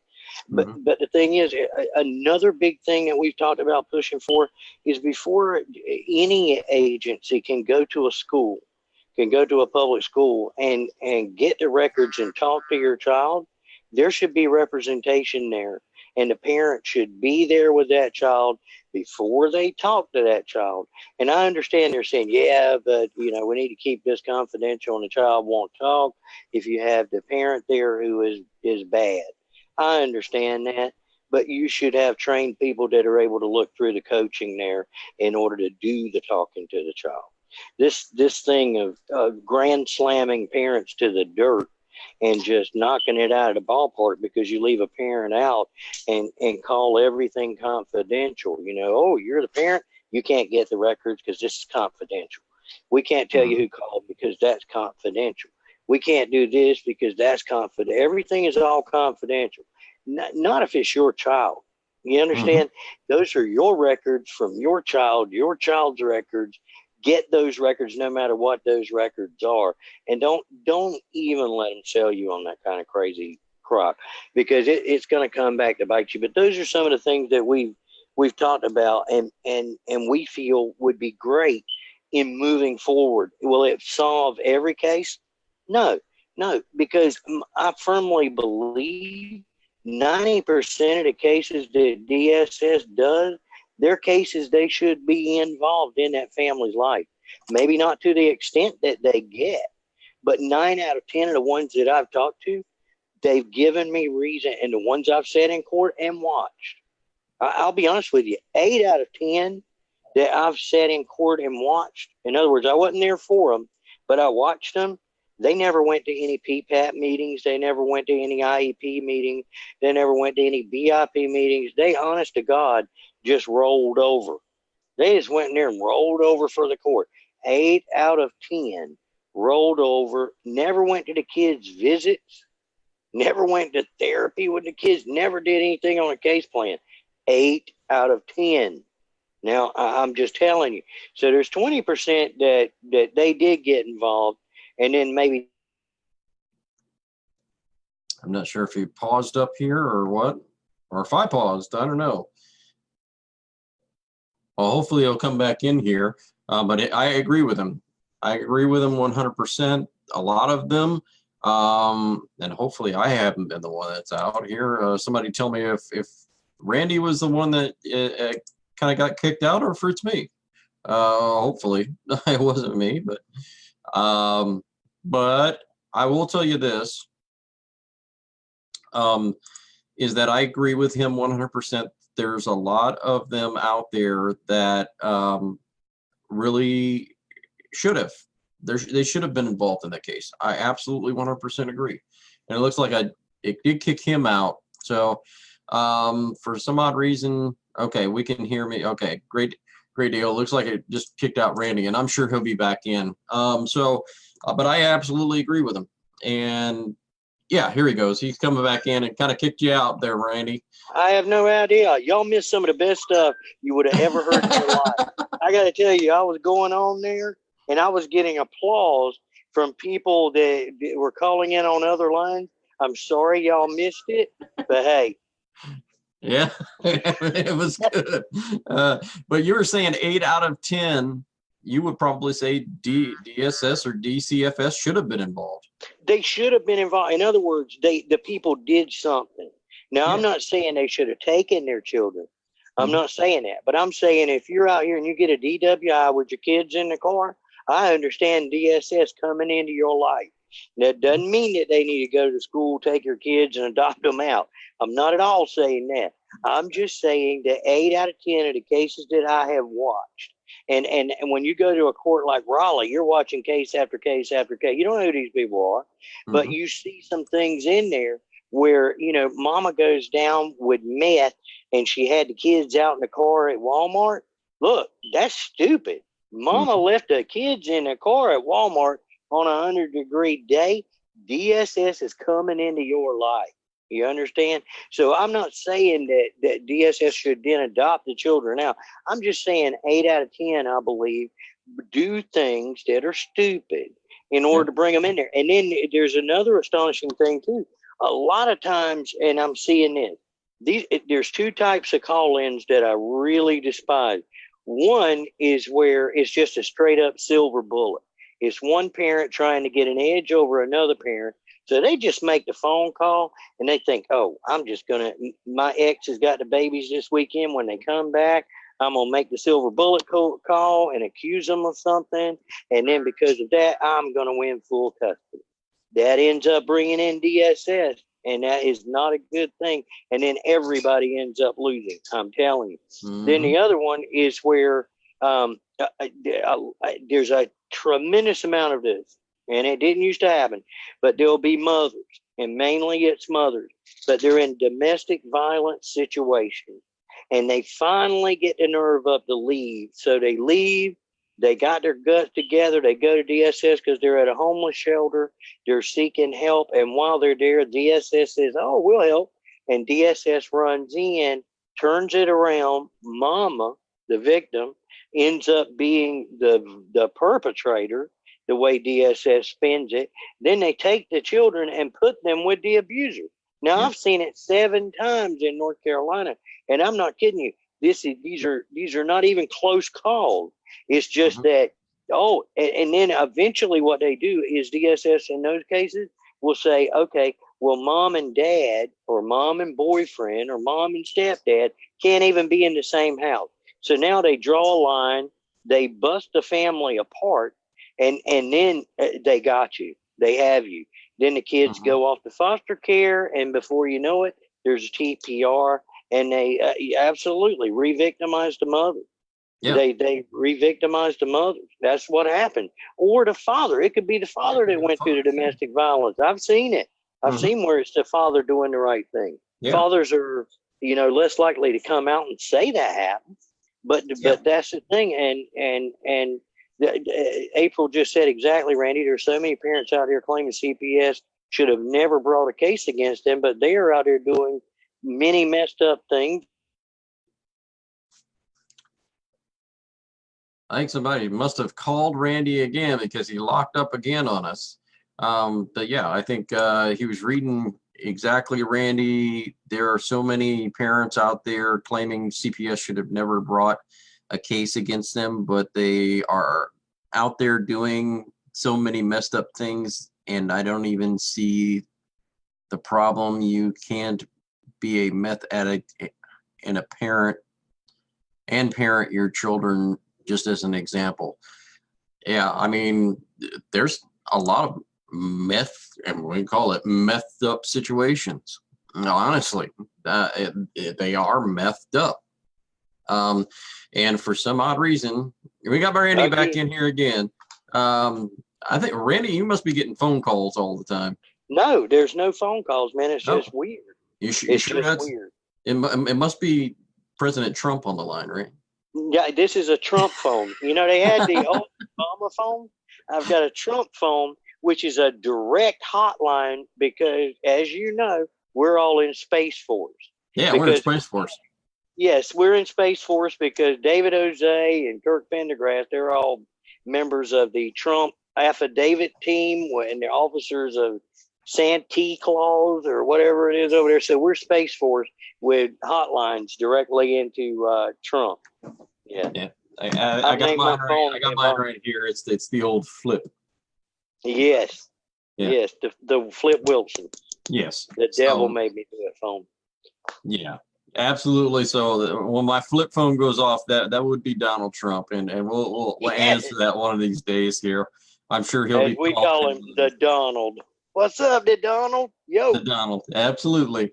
So I mean, you never know. You could see a call on the Far From Normal radio show very soon, and that's that Space Force call. So we might be having to suit up here pretty soon.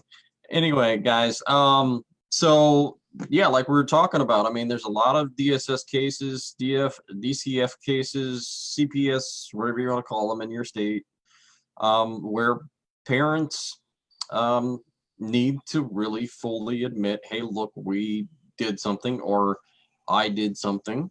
Maybe that was you, and you did something that you need to take a long look in the mirror about. And then when I talk about looking in the mirror a lot, it has to do with the fact that you need to admit sometimes that you have an issue or a problem that you need to take care of.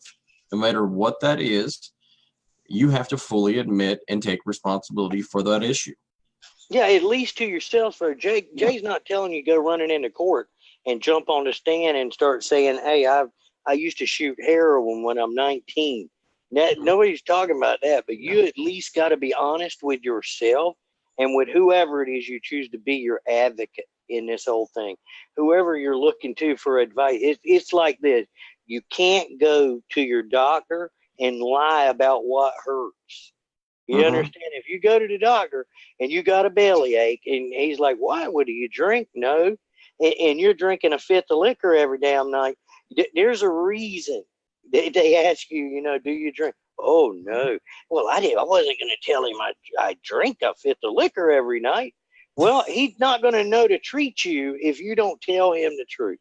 So you at least, whoever you're going to find out some truth, you got to at least be able to tell them, yeah, look, I've been sucking it down. That doesn't mean somebody's going to run to court with it and start blasting it out there, but nobody's going to know how to help you until they know what hurts you. You're the one ultimately that has to say, here's where I've been messing up. This is where I've been going wrong. And I've got to go, remembering Jamie doing a two-step lie. If you're out there with meth pipes and pouring alcohol and juice down your throat while women rub your legs in these girl-on-girl action things, you've got problems. I think mental problems, to be honest with you, but you've got issues there, and you got to deal with it, and you got to get that crap. Look, everybody's got the crazy, but out here in the country, we used to say, we keep our crazy on the back porch.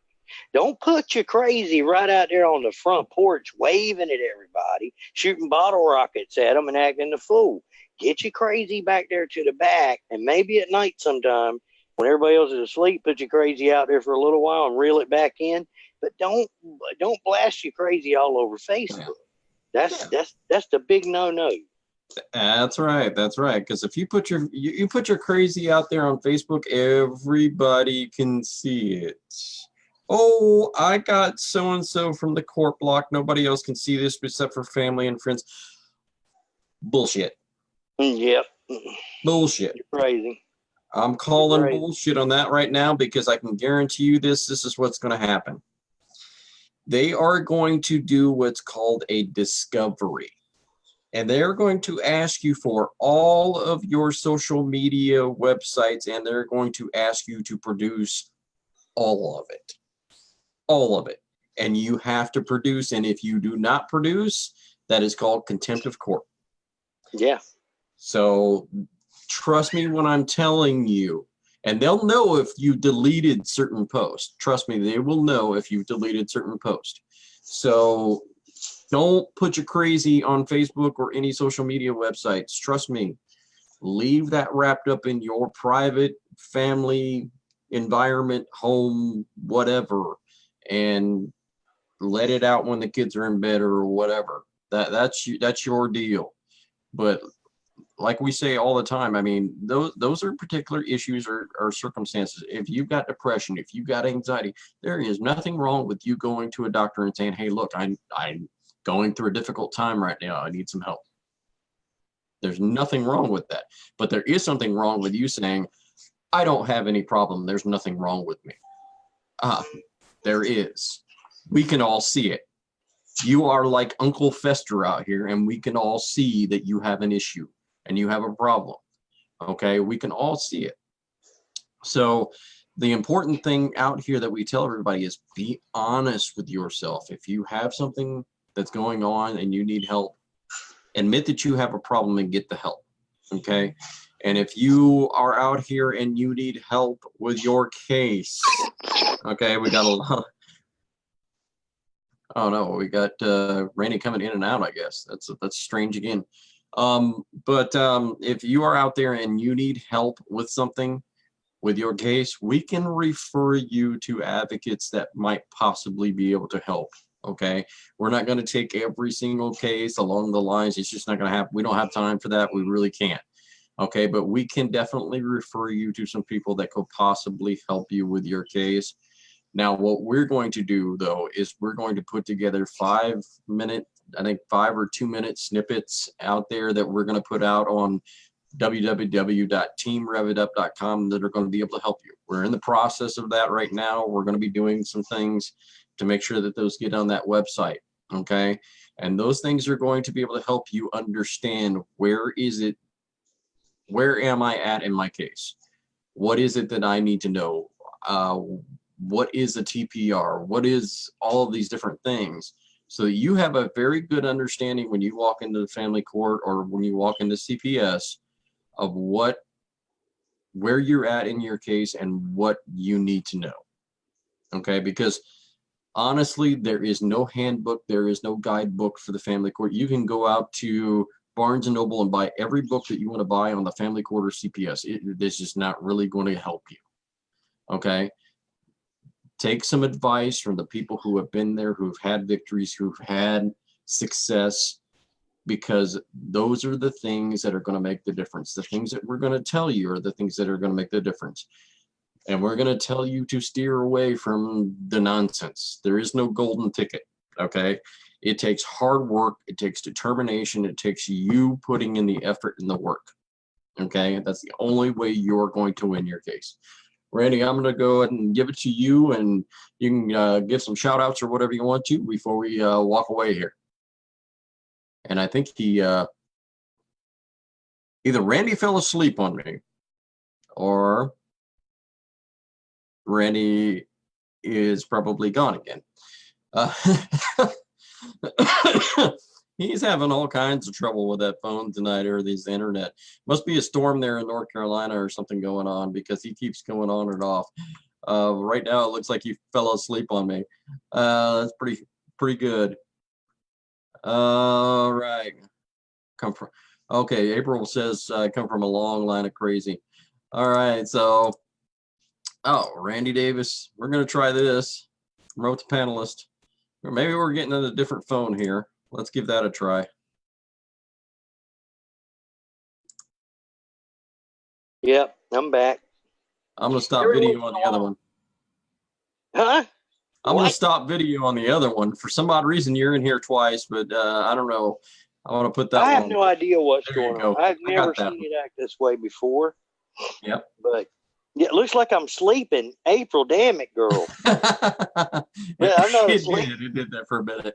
Yeah, awesome. Yeah, I'm every gonna once in a hand it while I over to just you nod for off the, right in the middle of the show because I got it like that. I'm so calm and cool. It's almost mesmerizing how I just fall asleep. I'm like a fainting goat. That's my Indian name now. Fainting goat. We have some other ones out there. Your engine name is Fainting Goat. Oh wow, your engine name, nice. Wow. Yeah. Woo. What's next? The cigar store Indian too? Yeah, I guess so. Just have him out there, Wow. making fun of. I can't stand Shora. Yeah, well, there's a lot of people that can't stand her music either. So yeah, it's horrible. So. it Shora is. is ugly. It's like a hyena. Anyway, I'm gonna hand it over to you to say our final tidbits here before we take off. Yeah, folks, I just want to tell you I appreciate each and every one of you. And we just become disgusted with having to go after these other people. I bet I've spoken with 7 different people today and couldn't get back to everyone. And it says Randy Davis left. That's funny.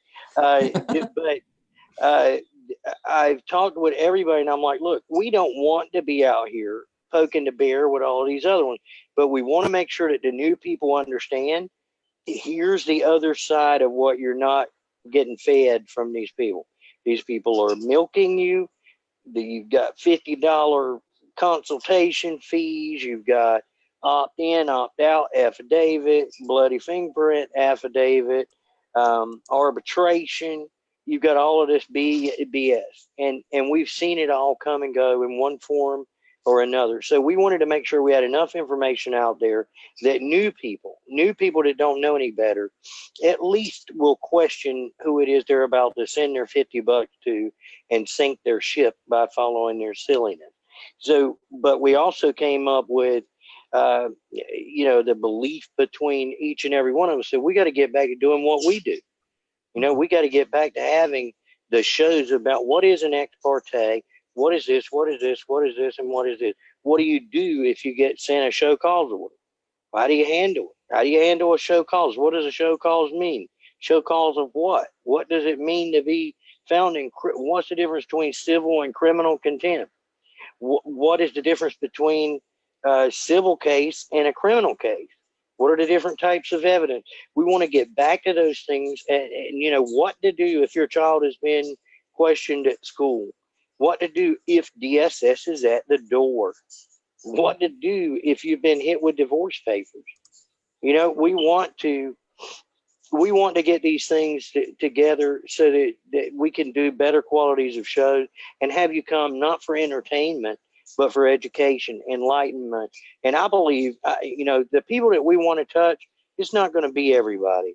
It's going to be people who are excited about learning, people who are excited about learning how to do and feeling confident enough that they can go to a page somewhere that they're on and not give actual legal advice to them, but that they can go over there and handle their own and say, oh, no, no, no, no. Let me tell you what happened. That's an ex parte order. Here's what you do in the case if you got that. Here's what, they're not giving you the school record. Let me tell you what you do with FERPA. Here's how it works. It's so that you can do what we do, so that you can do and take the skills learned here and you can go battle it out over there and help somebody on your own. We want to see you doing what we do. We want to see you not sending them to us. I want to see you go over there and say, here's exactly what you got to do in that situation to get the school records. You got to ask for access to the cumulative file from the superintendent and then give them 45 days to give you the answer. If they don't, you're filing the FERPA complaint with U.S. Department of Education and Family Compliance and Policy and Compliance Office in Washington, D.C. So, and then I want you to feel confident about doing that so that you can tell them how to do that. And we don't even have to know about it. We really don't have to know about it. You just do that on your own because that's somebody you found in a group over there. So that's where we're headed back to, are the basics, the fundamentals, the things that brought us to where we are, and the things that make me get up every day and feel excited about being a part of doing something here. I want to be able to do this until there's no DSS or CPS or family court still left. I really do. I want to see it be completely taken down and then rebuilt from the ground up, because you got to have somebody that's going to take care of children wandering the streets out here in meth situations, meth lab situations, dangerous situations, orphanages, people that have lost both parents, people that just got two shitty parents that left them. Somebody's got to care for them. I'm not talking about forced adoption. I'm saying in situations where there's no other alternative, somebody's got to be there from the government in order to put it together. And I just think that we've got to help structure that the correct way. And that's why I'm here. So I love you all. I'm glad to be here. Jay, brother, I love you. I appreciate you putting everything together tonight. Thank you, Melissa Foster, Melissa McDonald, Chris Odom. Maria, who's on vacation, but Maria, the great research lady that she is, and I'm just glad to be here. Yeah, absolutely. Big thank you to a lot of people out there. Joe Potosi actually was able to come on tonight and did an amazing job. And we want to thank actually Tiffany Werner, who sent Joe on over to us. Tiffany, we've had a great relationship with her on and off the camera, and really she's been a big part of sending us to different podcast sites, getting us in touch and involved with a whole lot of different people, and bringing us people on board as well. And we are intermixing with some of the guests that we've had on and sending them over to her. So it's a good relationship back and forth that we've had, a good business relationship, and we'll continue that relationship. So what you're hearing a lot of the times on a Florida FM radio station, you could be hearing on the Far From Home radio show on podcasts and seeing these particular guests come on. They may be big stars, maybe not. Maybe they're just average stories, but big time stories that need to get out there, that have already been well vetted. So we don't have to really do or spend a ton of time vetting a lot of these stories because they've already been vetted once. So this is a very good opportunity for us to intermix with a radio station like that. So thank you so much for Tiffany Werner for allowing us to have that privilege. And we want to go ahead and sign off. But before I do, I definitely want to say thank you to the team behind the scenes. We haven't really intermixed much because we've had a lot going on. We're going to do that a lot more. Melissa Foster is an amazing woman who really has kind of become a more, and she will become more on screen very, very soon. Okay. Right now, she's doing a podcast behind the scenes on Blog Talk. So check out her show. It's an amazing show. If you haven't checked it out now, go do that. Go check out her page because she does an amazing work. She talks about a lot of different things behind the scenes and a lot of the stuff that needs to get out. So a lot of the stuff that needs to get out on some of these cases, we're going to maybe try and do some of those things behind the scenes in the blog talks. And that way we don't have to intermix a lot of the other stuff on the other side. So we may use the two different avenues to do those kind of things. But like we say every single week, guys, and signing off, you are important, you are loved, and you are cared about. Good night. God bless.